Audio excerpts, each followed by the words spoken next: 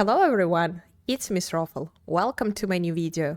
I'm really happy that you enjoyed my first full HP build for the P90 that I posted earlier. And today I'm bringing you another full HP build, this time featuring the KAM Abyss Glance and the SKS Pathfinder. I call this build the Ice Queen. So why did I make this build? Well, for quite a while I wanted to try the KAM Abyss Glance because I kept hearing a lot of good things about this weapon. And lately I've also been hearing a lot of positive feedback about the SKS Pathfinder. People say it's really strong and really fun to use. So I thought, why not try both? Since both of these are first weapons, I decided to combine them into one elemental build, featuring both guns together. The KAM Abyss Glance is mainly used for clearing groups of enemies. For example, when you get swarmed in Securement Silos, while farming settlements, or during events. And the SKS Pathfinder is meant for high HP single targets, like silo bosses or rift entities. This way, I can combine both weapons into one build instead of making two completely separate builds for each gun.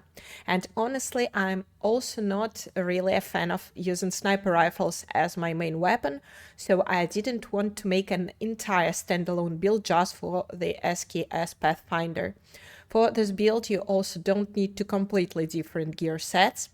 I'm using almost the same setup for both weapons, with only one key gear piece changing depending on whether I'm using the KAM or the SKS. A few mods are different as well, but the changes are pretty minimal overall. So, in the end, this build is actually pretty easy to assemble. Let's go. Let's start with weapons. My main weapon is KAM Abyss Glance. I use it most of the time. And the secondary weapon is SKS Pathfinder. As for melee weapon, as you can see, I have Kukri, but honestly, I never use it. As I've mentioned before, I don't waste my time for this, but if you want, you can go for this Ice Cube Witchcraft to get some extra damage. It's entirely up to you. Me, I'm too lazy for this. Now let's talk about calibrations. My KAM Abyss Glance has a heavy style calibration with elemental damage attribute. For SKS Pathfinder, I used rapid shot calibration with elemental damage attribute as well. But this is an unpopular opinion because most of guides will recommend you to use frugal style calibration for SKS. The problem is that this calibration is a real pain to farm. That's the first. And the second, I prefer rapid shot calibrations on sniper rifles. And yeah, while we're talking about rapid shot style calibration, I want to show you one setting that you might want to check out in order to make your gameplay with SKS a little bit easier. So we go to game settings. Here, control, keyboard and mouse. And here, weapon fire controls. This is the setting you want. Rapid fire sniper rifle fire controls. So for all of these weapons, including sniper rifles, I've enabled this setting. So by default, it's set to press, but me, I set it on hold. So look to the right. Hold, continuous fire when held, applies to rapid fire sniper rifles. So whenever I play with rapid shot calibrations, I always enable these settings. Anyway, by default they are off, but I recommend you to turn them on. Like this, you can press and hold left mouse button and your SKS will shoot continuously. Now let's talk about weapon accessories, and let's start with Abyss Glance. Here I use multi-break, compact reflex sight,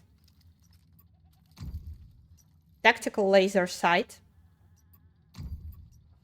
extended rifle mag. And for ammo, I go for medium caliber armor piercing ammo. But you can also use the cheaper ammo as well. Now, SKS.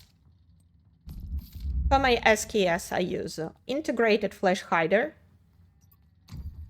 compact reflex sight, compact infrared indicator, tactical SR mag, and for ammo, I also use armor piercing ammo. So now let's talk about gear. As I've mentioned in my previous video, I like using 4 pieces from the same set in my builds. I don't like breaking sets.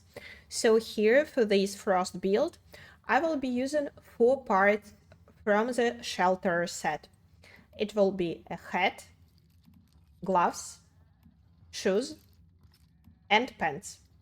So 4 parts from the same set. And this gear is used in both presets for both guns. As an extra piece from another set, I'm using Bastille mask because of weapon damage plus 10% when HP is above 70%. As I'm running a full HP build, I really like to benefit from this effect. Now let's talk about key armor. When I'm using my Abyss Glance preset, I go for covered walker shirt. But when I switch to SKS preset, that one has a snowdrift top as a key armor. So this is the only difference in gear between 2 presets. The rest is the same. So what changes? It's just a key armor. So now let's talk about mods. And let's start with weapon mods. So Abyss Glance has a Cryoblast mod with Frost Vortex suffix. My SKS has a Cryo Catalyst mod with Frost Vortex suffix. Yeah, it's only level 14, but I'm working on it. And now let's talk about gear mods. So for head, I use Deviation Expert mod with Deviant Energy suffix. For mask, if I play with KAM Abyss Glance, I use Frostwave Wither mod with Frost Vortex suffix. But if I switch to my SKS preset, here mask has Frost Construct mod with Frost Vortex suffix. So why do we switch a mod on mask? We do it because each weapon needs its own mod to perform better. As a top mod, I'm using Quick Comeback with Deviant Energy suffix. For pants mod, I'm using Elemental Resonance with Deviant Energy suffix. For gloves mod, I'm using Status Enhancement Deviant Energy suffix. And for shoes, I switch between 2 mods according to the preset I'm playing right now. So if I'm playing Abyss Glance preset, I use Ruthless Reaper mod. Why? Because Ruthless Reaper refills 100% of my magazine from my reserves after getting 2 kills. So this is really interesting, especially when you are killing crowds of mobs in silos. You basically never need to reload. But when I switch to my SKS preset, I go for Covered Advance mod with Deviant Energy suffix. Why? Because Covered Advance mod grants you 20% melee weapon and status damage for 30 seconds after taking no damage within 4 seconds. So when I'm doing bosses, I go for this mod. So this is pretty much all about gear. As you can see, there are not many differences between 2 presets. So if you will be willing to give a try to my build, I recommend you to have 2 presets. So here we can press save. So when I switch to my KAM preset, I automatically equip the right key gear, so covered walker short, and I also equip the right mods. The mod for Bastille mask and the mod for shelter shoes. And the same when I equip my SKS preset, I automatically equip Snowdrift Top and write mods on mask and shoes. So whenever you needed to play with one or another weapon, you just switch between them. And that's it. Alright, now let's talk about Cradle. So for Cradle, here are the nodes I use. Here, Heavy Weapon Mastery, Precision Weapon Mastery, Rapid Aid, Tactical Combo, Status Enhancement, Deviant Energy Defense, Elemental Sense, and Extreme Freezing. So here are my Cradle nodes. And now let's talk about the hides I used in my gear. Shelter hat was made with belly cow hide for some healing upon taking crit damage. Bestie mask was made with dreamy rabbit fur for extra elemental damage.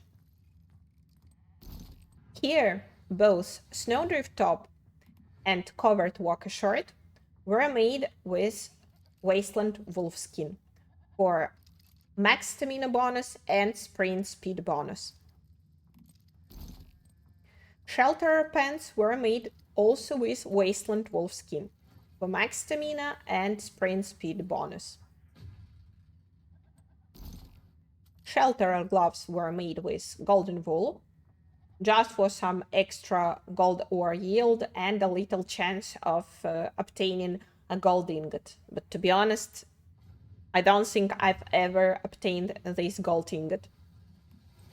And shelter shoes were made with Wasteland Wolf skin for movement speed bonus.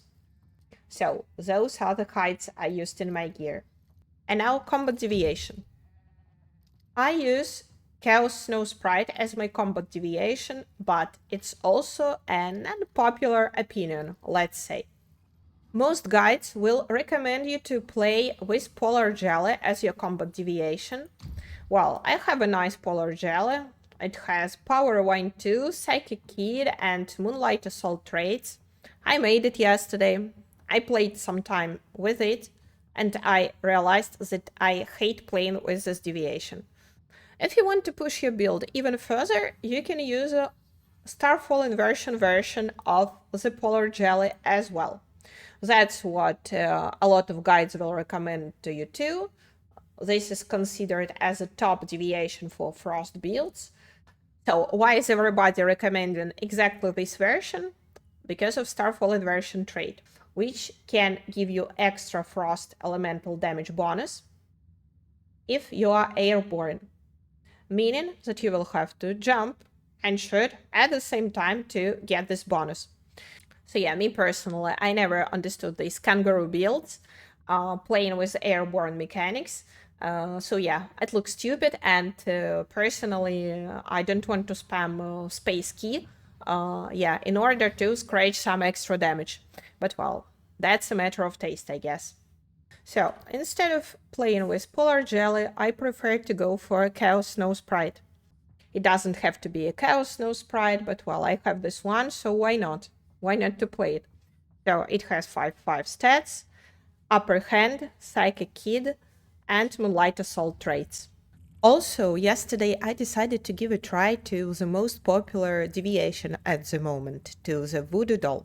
And I must say that despite it being made not exactly for my build, because I've used it with Crackshot and not with Psychic Kid, yeah, it's not so bad at all. Yeah, I liked how it performed on Sennacherib from X1, also on Forsaken Giant. Thanks to Voodoo Doll, I've obtained my best result on Forsaken Giant so far, just 26 seconds. And yeah, again, I was not really trying hard. I could have done it even better, but yeah, it's already great. And now let's talk about food and drink buffs. I play with a chef class, So I have double buffs for food and drinks. So every time I'm doing an important stuff like clearing silos or doing bosses, I always use my 4 buffs. 2 buffs for drinks and 2 buffs for food. So for drink buffs, I use first of all Stardust Maltail. So I use this version with deviated ingredient because it provides higher pollution resistance. So with this drink, my sanity won't drop as often and I won't lose HP, which is the purpose of my build. The next hydration buff is Whimsical Drink, this one, which gives you 25% status damage bonus.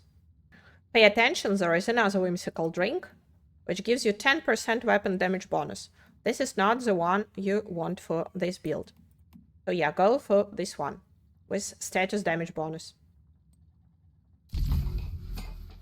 For food buffs, I use, first of all, and this is the most important buff, Canned Minty Meat. Canned Minty Meat increases your frost damage by 15%. And yeah, here you have choice of ingredients, choice of meat. So yeah, if you have beef, this one is the best. But if you don't have a beef and don't want to buy it from someone, don't want to look for buffaloes, etc., then go with any other meat, but you will miss out on damage. And yeah, what is good about this food is that it's canned, so you can cook a lot of it right away before your meat spoils. Like this, you will have food for a long time. And you can carry on you, it will never spoil. And the last buff and the second food buff is Crumbly Bread. This is the one I use with my build as well. And it helps to increase all weapon damage by 25%. So here are my food and drink buffs. Thank you so much for watching my video. I hope that you liked my build. Please subscribe to my channel if you haven't yet and see you in my next videos. Bye bye.